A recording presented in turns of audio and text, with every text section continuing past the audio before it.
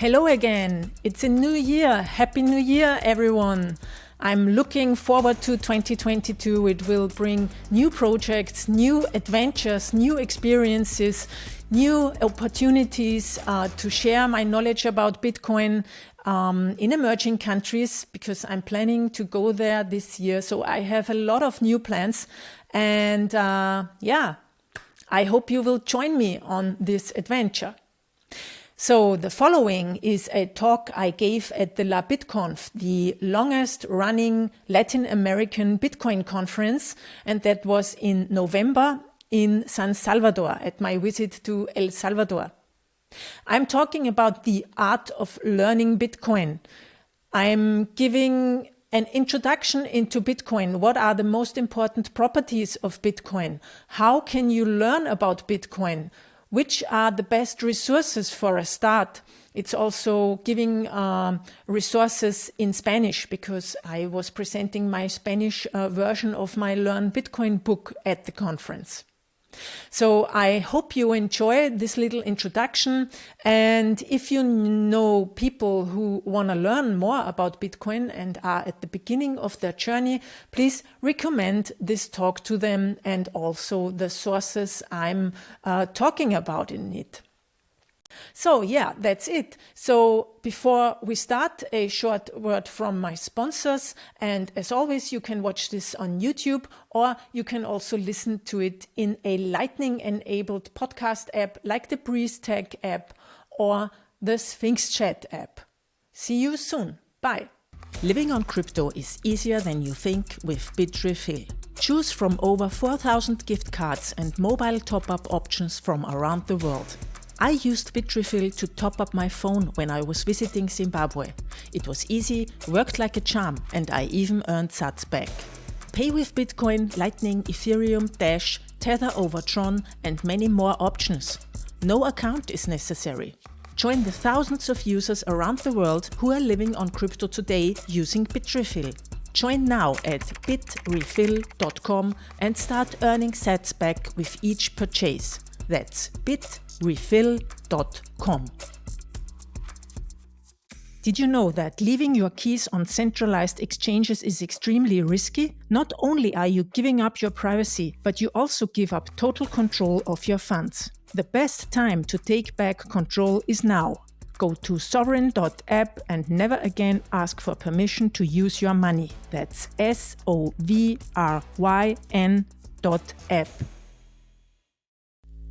Learn Bitcoin will teach you the why and how to use Bitcoin. Anita's work makes Bitcoin approachable, understandable, and compelling to those who are new to Bitcoin. Andreas M. Antonopoulos, author Mastering Bitcoin and the Internet of Money. Order your copy now at learnbitcoin.link. That's learnbitcoin.link. I start here. The talk is called The Art of Learning Bitcoin, and I want to show you ways to easily get into Bitcoin. When I started in early 2017 with Bitcoin, I was very confused because the people were saying many things about Bitcoin. For instance, Bitcoin is freedom. That's not my slide. Please, can we go back? Sorry.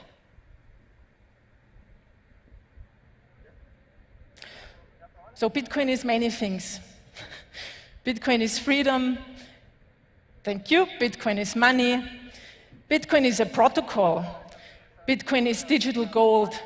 Bitcoin is sovereignty. Bitcoin is neutral. Bitcoin is software. Bitcoin is a currency. In El Salvador, it's even legal tender now. Bitcoin is decentralized. Bitcoin is time. Bitcoin is hard money. Bitcoin is fairness. Which is actually the thing where I can identify the most with it, because I think the most important thing about Bitcoin is that it's accessible for anyone, regardless of gender, wealth, status, or color, anywhere globally in the world. Bitcoin is so many things. And if you're confused at the moment, you might think that Bitcoin is everything you don't understand about money, combined with everything you don't understand about computers. Yes, it's a fact.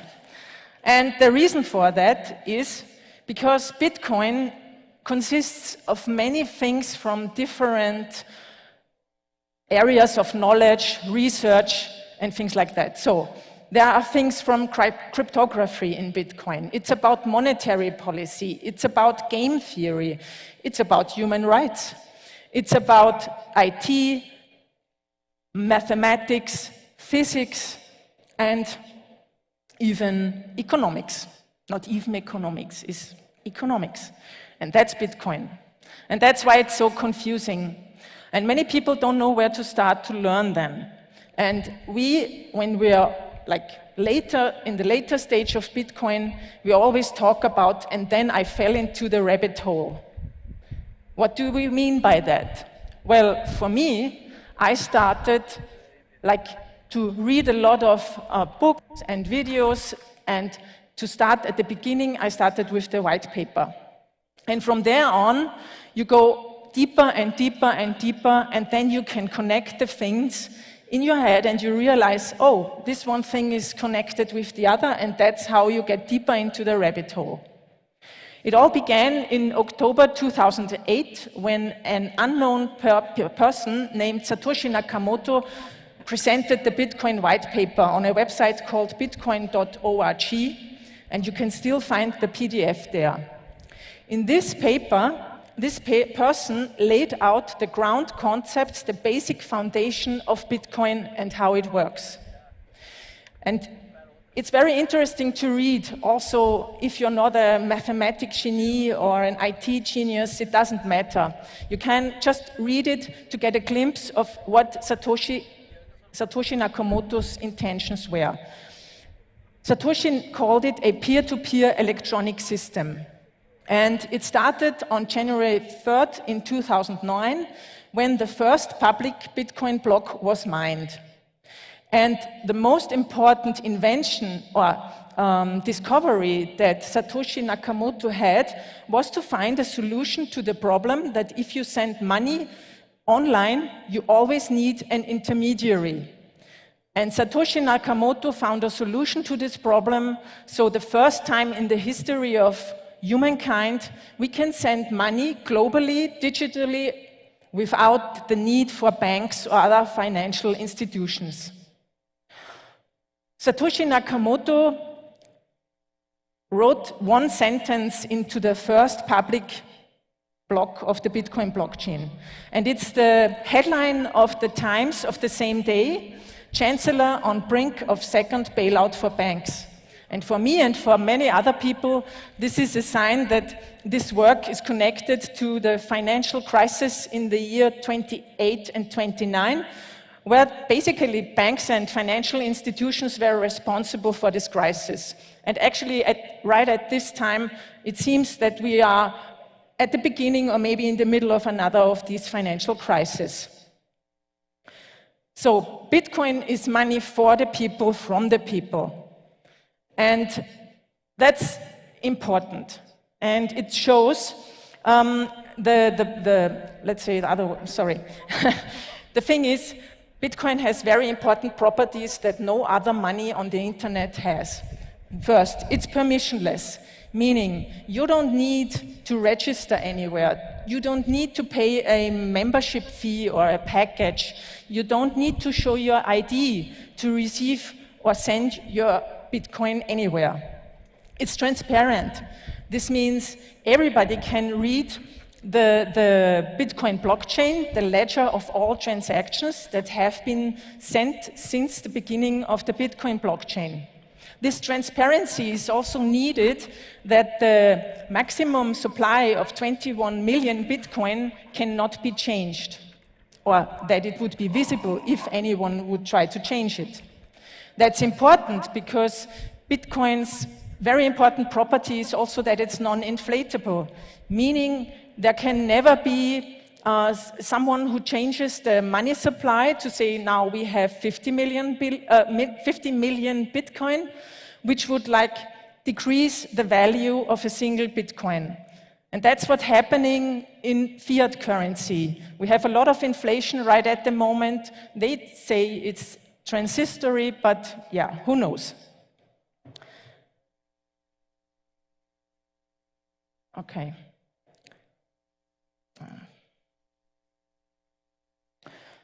So, consensus. The 21 million limit can also not be changed because for every change in the Bitcoin software, you need the consensus of all participants in the network. So that means even if you are just a user, you only have a wallet and send and receive Bitcoin, you're a participant of this network, as also the miners, the people who have full nodes at home and such. It's neutral, that's what I said before. Everyone can use Bitcoin, regardless of your age or whatever. It's borderless. You can send money globally in seconds. If you maybe have friends or family abroad that send you money back home, you don't need Western Union anymore. You can just use Lightning or the Bitcoin blockchain to send money safely, much faster, and for much less cost. It's decentralized, which means there is no hierarchy, there is no leader. We, the people, basically own Bitcoin. The network is a public good. It's for everyone. And Bitcoin is censorship resistant. So all these properties combined make it so that nobody can change any of the transactions. And nobody can take your money away. But this only you unlock all these properties and features and advantages for yourself only if you hold the keys to your coins. This is a so-called seed phrase. It's like a keychain that unlocks all your Bitcoin addresses where you have money stored on the blockchain. So if you have those, you're basically completely independent and nobody can take your money away. And you might see this slogan very often, not your keys, not your coins. If you don't have the seed phrase, if you only have a password for an account on Coinbase or Kraken, you're basically not own Bitcoin. It's just like another bank. They can close your account, they can freeze your funds, whatever. So now, there's a concept we call the staircase to financial self-sovereignty. And it's a concept that I heard it first from Stephanie Murphy, and she's a podcaster also, and it goes like that. On the staircase to financial self-sovereignty, most of us, I mean not, but many of you maybe, are on the ground floor. You're still just a fiat user. You use US dollars, euros, or whatever. So basically you have not unlocked any of the opportunities and advantages of Bitcoin. On the first floor, you might go to Coinbase or Kraken or any other centralized exchange and exchange the first US dollars to Bitcoin. So actually, you think you own Bitcoin, but you don't really. I meet a lot of people, they tell me, oh, I also earn Bitcoin, and I say, where? And they say, maybe at Bitpanda, which is a big Austrian exchange. And I say, yeah, well, but actually you don't own it then. And then very fast, they learn and go the next step. And the next step is the second floor, where you own your keys and your coins. That's when you have the seed phrase to a wallet, an open-sourced wallet. I have here some examples of wallets that I recommend.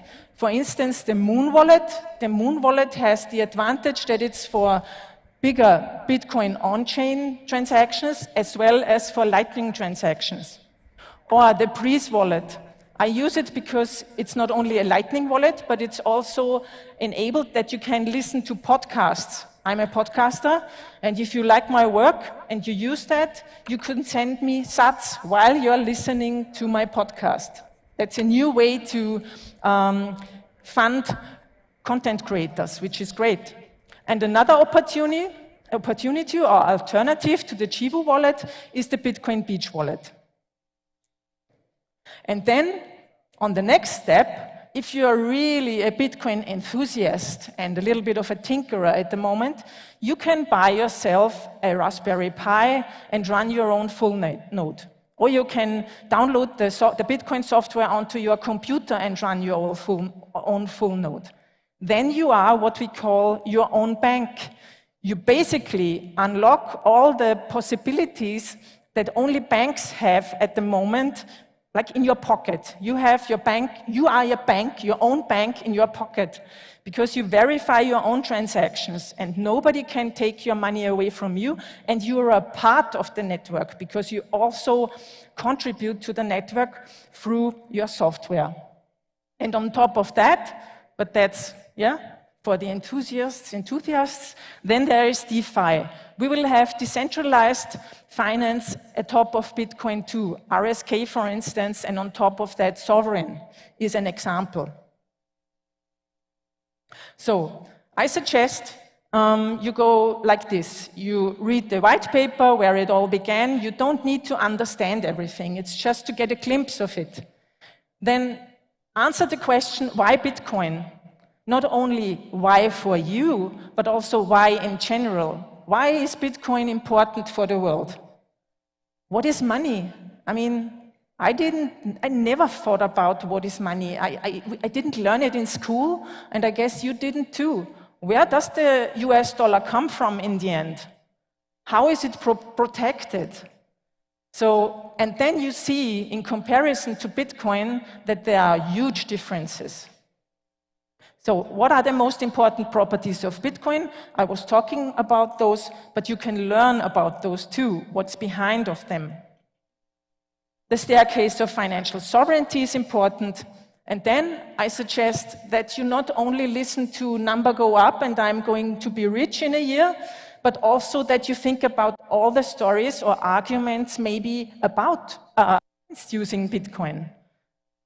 The thing is, if you think about all the arguments against Bitcoin, you're again for Bitcoin. I mean, at least in my experience. How to store your keys safely? That's actually the most important thing. And then which strategies are there to earn and invest and use Bitcoin? And surprise, surprise, all of that is very comprehensively in my book, which is called Learn Bitcoin. And the L is in a bracket because I want you also to know that it's now even possible to earn Bitcoin online. So one example was podcasting 2.0. And I listed some of the other possibilities that there are right now. Then, I have other great books as recommendations for beginners. First, it's a children's book, and these books you can all get them in English and Spanish. A children's book called El Dinero Bitcoin. Also adults can read it. I read it too. It was great. Then there are 3 volumes of The Internet of Money, El Internet del Dinero by Andreas M. Antonopoulos, which is also a great introduction to Bitcoin. It's not technical at all. He brings it into the context of history, recent developments in the internet and such. It's a great book. And then the Little Bitcoin book from the Bitcoin Collective. They are explaining why Bitcoin is important in the sense of for human rights, for disenfranchised people, for people in emerging countries and in authoritarian regimes. Very interesting book. If you want to go deeper into the technical details of Bitcoin, I suggest you read Mastering Bitcoin by Andreas M. Antonopoulos, and soon Mastering the Lightning Network will be out, and it has a general part about Lightning, what is Lightning Network, and then it goes deep into the Lightning Network, explaining the technicalities. I'd say it's more for developers then. Yes, if you don't want to read books, but rather learn online, Andreas has an online course, a free online course, Introduction to Bitcoin and Open Blockchains, and from today on, it's also in Spanish available. A deeper look into digital currencies is the Introduction into Digital Currencies course by the University of Nicosia. It's also a free course. It takes some months and you learn a lot. I did it in 2017. It's a great course. I can really recommend. And then I have here some resources in Spanish. I put these on my website. You can find all the links at anita.link/start. So, why would I buy a book if I have all these free online resources? Yeah, completely understandable. I think it's a good, you can combine these things. And also in the book, this is basically a comprehensive list of things, so you can save time and can learn everything what's important in one small book. So, and now I want to know of you, who will now go home and learn more about Bitcoin? Who was first? I think you were first, right? One book for you. I was raising my hand. Okay, thank you here. very much. That was my talk at LaBitconf. I hope you enjoyed it. Please subscribe to my YouTube channel or in your podcast app to my podcast feed so that you don't miss any new episodes. Thank you for listening and bye.